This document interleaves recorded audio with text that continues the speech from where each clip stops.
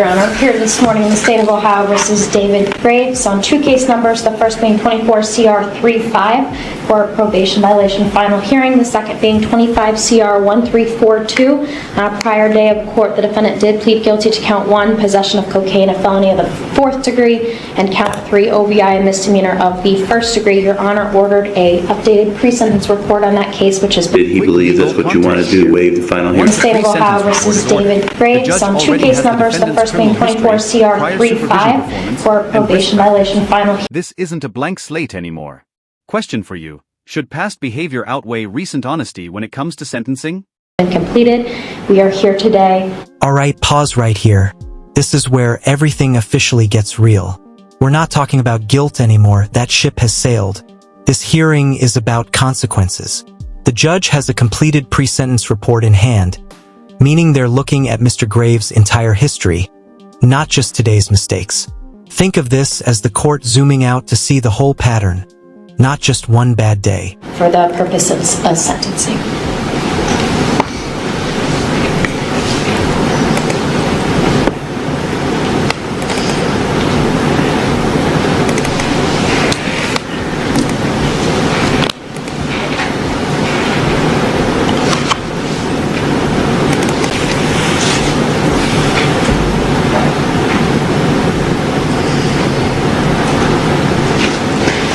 He still hasn't pled to the PV, right? We need that first. Correct, Your Honor. I think we just waived the probable cause. I don't think the final hearing's been officially waived. We're going to address that first then. In case 24 CR 035, scheduled for a final hearing. Mr. Watts, what's the defendant's intention in that regard? Thank you, Your Honor. May it please the court, after talking with my client, he is prepared to waive his final hearing and enter plea of... The second being 25 CR 1342. On a prior day of court, the defendant died a misdemeanor of the 1st degree. Your Honor ordered a updated pre-sentence report on that. Did plead guilty to count 1, possession of cocaine, a felony of the 4th degree, and count 3, OVI, case which has been completed. We are here today. This may sound procedural, but this is a huge decision. By waiving the final hearing, the defendant is basically saying, I'm not fighting this. I admit the violation. That saves time, yes, but it also removes any chance to challenge the evidence. The gamble? Hoping honesty earns mercy. The risk? The judge now has free rein.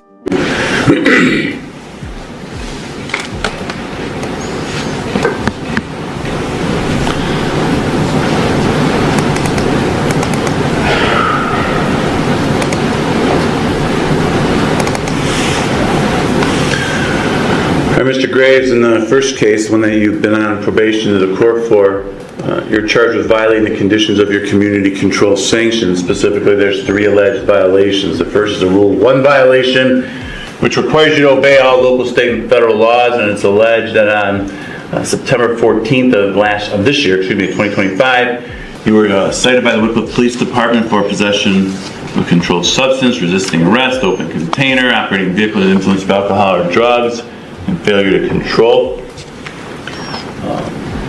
That's the other case that we have before us. You're ultimately pled guilty to the possession of cocaine charge in an OVI. It's also alleged you violated Rule 8, which prohibits you from using, possessing, or having under your control any controlled substance not prescribed to you by a licensed physician. It's alleged that on that day, that other incident, September 14th, you were in possession of controlled substances, and you ultimately pled guilty to the charges for that. There's also a supplement or an addendum that was filed alleging another Rule 8 violation, again, which prohibits you from using any controlled substance, and it's alleged that a urine sample you submitted on September 16th after you were arrested tested positive for cocaine and marijuana. Now, you have the right to have a final hearing regarding these allegations, and that's a hearing where the state would be required to prove the merits of what they're alleging. Now, you could have this hearing, but you can also waive the hearing and plead guilty to the violation. Your lawyer has indicated he believes that's what... We have a final hearing regarding these allegations, and that's a hearing. You can also waive the hearing and plead guilty to the violation. Your lawyer has indicated he believes where the state would be required to prove the merits of what they're alleging. Now, you could have this hearing, but you want to do waive the final hearing and plead guilty. Is that correct? Listen closely here. This is the warning shot. The judge lays out the full menu: extended probation, stricter sanctions, or straight to prison. And notice the word consecutive. That means these sentences don't overlap. They stack. This is the legal version of things can get a lot worse very fast. Good morning, yes, Your Honor. Well, before I can accept your waiver of the hearing and your plea of guilty, I need to make sure you understand the potential consequences you face if you are found, in fact, to have violated the conditions of your community control sanctions. If, in fact, that did occur, the court could extend your probation up to 5 years. I can impose more restrictive sanctions against you, or I could terminate your probation and send you to prison. If I did that, it could be 6 to 12 months in prison, and that could also be ordered to be served consecutive to any potential prison sentence that may get imposed for the new case, the other case that we are here for on sentencing. You understand the potential penalties you face if you're found to have violated your community control sanctions? Yes, Your Honor. Well, having been so advised, what do you want to do at this time? Do you want to have the final hearing, or do you want to waive that hearing and plead guilty to the violations? Plead guilty, Your Honor. Very well, then as to the allegation that you violated rule, let me get that up here.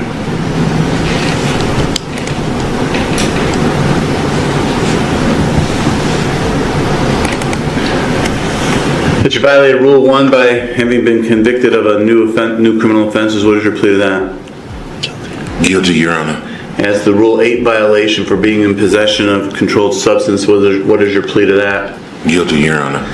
And as to the Rule 8 violation set forth in the addendum for testing positive for marijuana and cocaine, what is your plea to that? Guilty, Your Honor.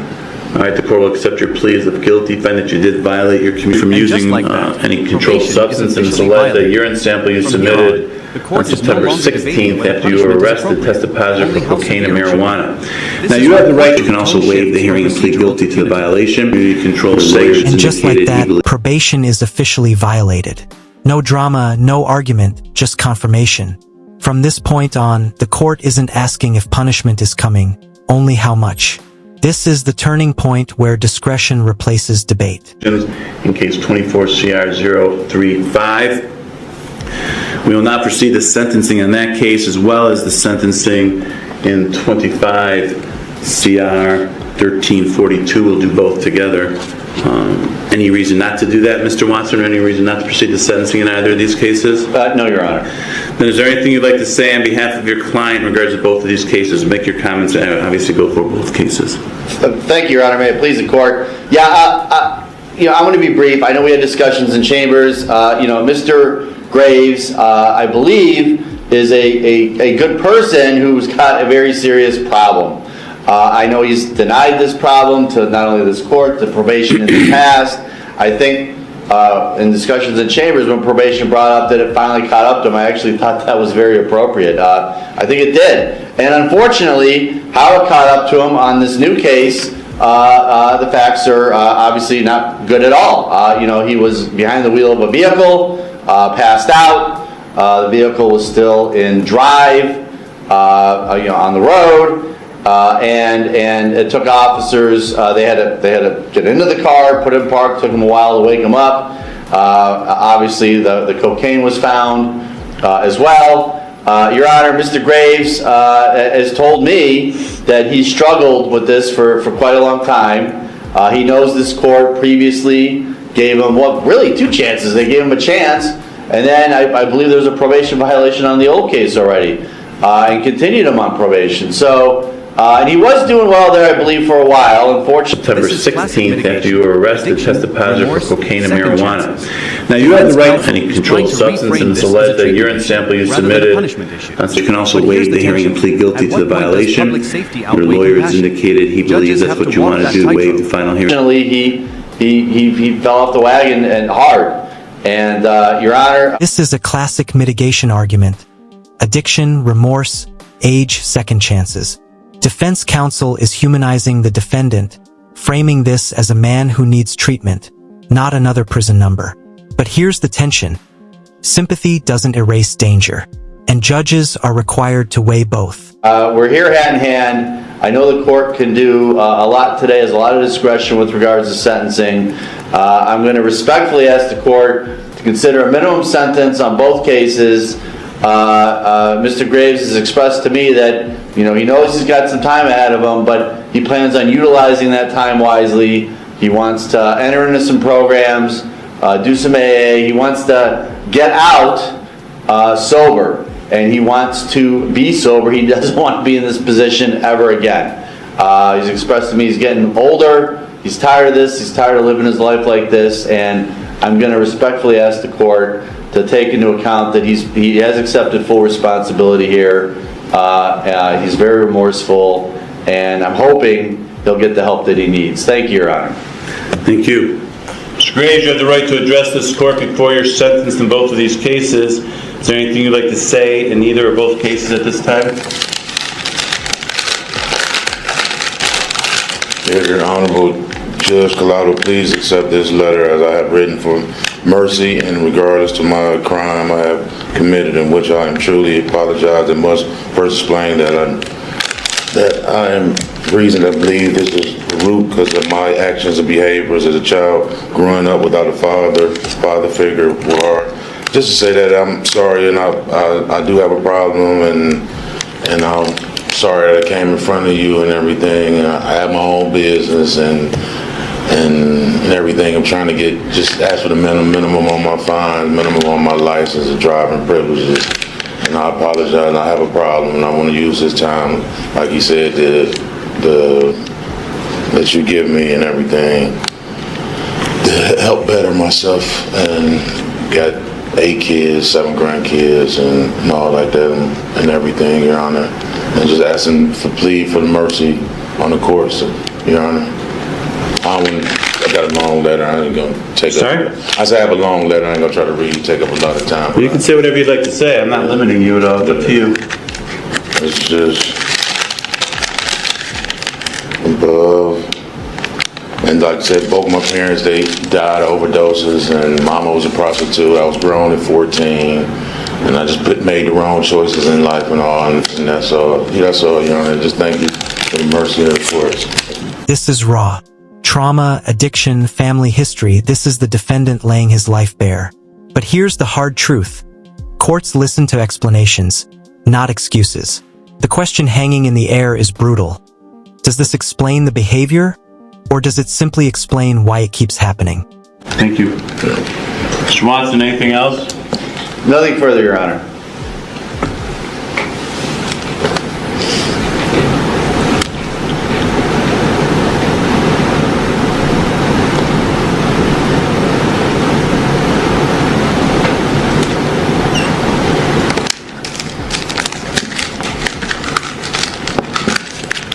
Counselor for the State of Ohio. Thank you, Your Honor. The state is recommending prison on both of these cases. By my review of the pre-sentence report, the defendant has 8 prior misdemeanor cases, 7 prior felony cases. He was on probation at the time that he committed this new offense. The facts of that new offense are very serious. There is nothing that I see that would recommend him that he is amenable to community control sanctions, so we would ask for prison on both cases. Thank you. Thank you. This court has reviewed the pre-sentence report investigation that was done in both cases, the original PSR done in the 24 case, as well as the updated PSR that was just completed.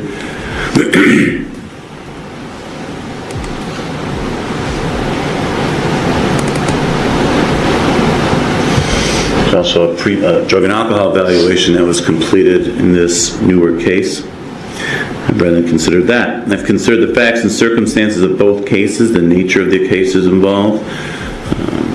I've considered everything that's been said here today. All of this is considered in light of the purposes and principles of felony sentencing set forth in 2929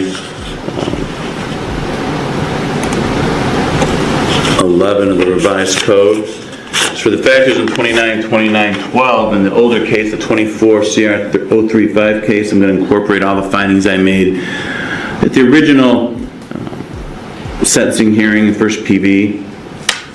With the additional finding at this time that the defendant has, again, failed to comply with the previously imposed sanctions ordered by this court, which is a factor indicating recidivism is more likely. In fact, one of the findings, or one of the violations was for actually committing a new crime, so recidivism actually occurred. In regards to the 25 CR case, the court notes in regards to the seriousness factors, just the very nature of the offense itself makes this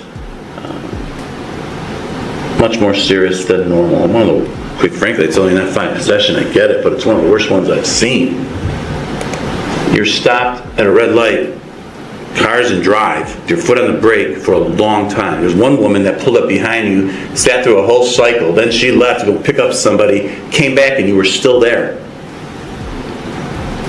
People were beeping their horn, knocking on windows, reaching in your car, and you had no idea. And you're driving a car in that condition.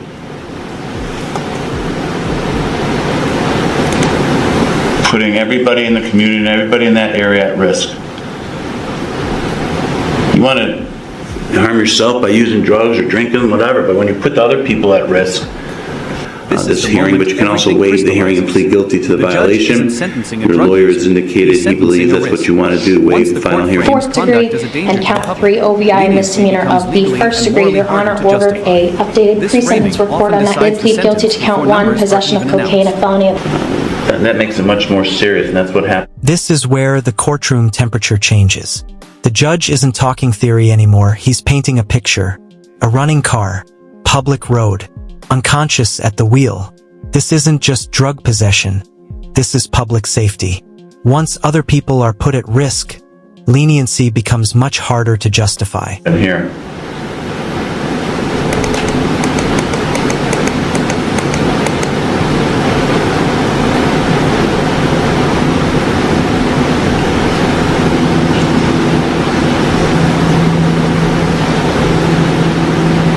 And the officer in this case opened the door, put the vehicle in park, removed the key, you didn't wake up. Yelled at you, began tapping you on the shoulder, shining his flashlight in your face, you didn't wake up. Shaking you back and forth, yelling at you, you didn't wake up. And you're driving a car in this condition with people, other citizens around.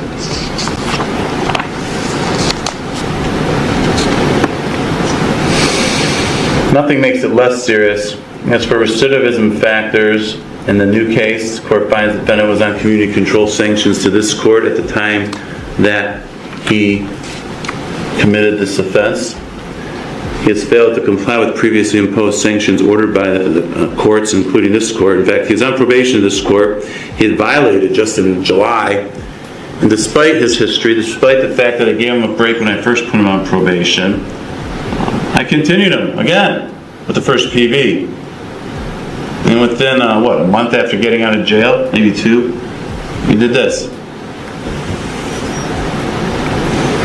He's got a significant criminal history. He's been to prison 4 times before already. He's not responded favorably again to previously imposed sanctions. A drug abuse problem that relates to the offense, and he's adamantly denied he has a problem. Even though he's got a history of drug problems, tested positive for drugs, has drugs on him, he pointed, you're entitled to minimum sentence and mercy. You've been to prison 4 times. You're on probation when you did this. Why do you deserve mercy? Why do you deserve a minimum sentence? You don't. You're 49 years old, and you've been doing this your whole life.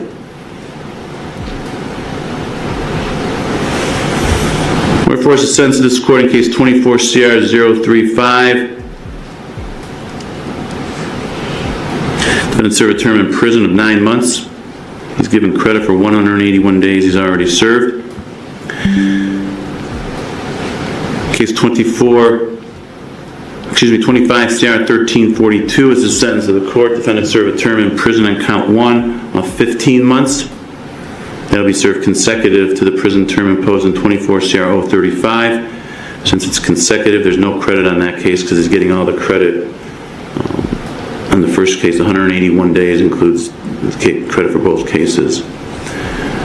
Count 3 is a sentence of 180 days. It's concurrent to the sentence in count 1.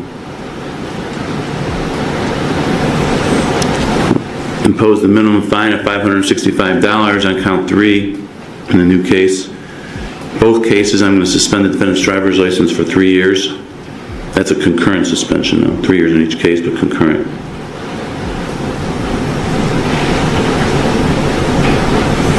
The court's going to order defendant pay all costs incurred in both cases.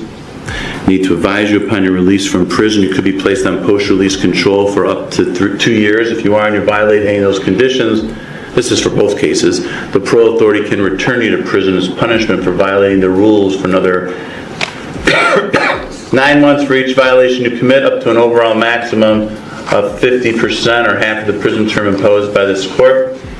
Any additional prison term imposed for violating post-release control is being imposed as part of the sentence at this time. Court disapproves the defendant's placement in a program of shock incarceration, intensive prison program, or transfer to transitional control.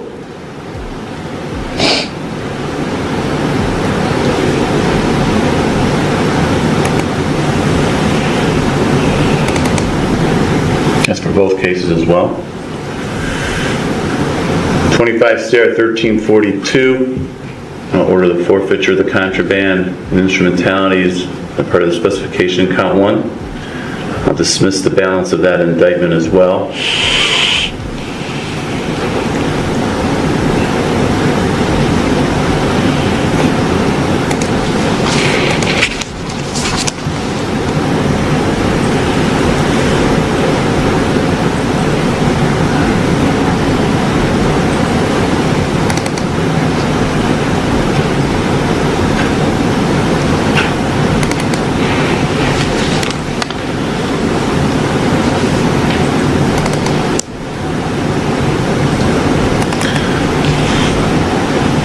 Lastly, the court finds that consecutive service is necessary to protect the public from future crime and to punish the offender. This consecutive sentences are not disproportionate to the seriousness of its conduct and to the danger he poses. And this is the final nail.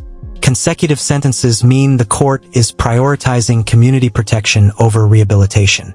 The judge explicitly says this punishment fits both the danger and the history. This isn't about one relapse. It's about repeated warnings that went unheeded. The public, and the court finds that he committed the offense in the 25 CR 1342 case valued on community control sanctions to this court in 24 CR 035. I think that covers everything. Ms. Conter, is there anything else for the record that I... Your Honor, for the license suspension, does that begin on the date of the offense or today?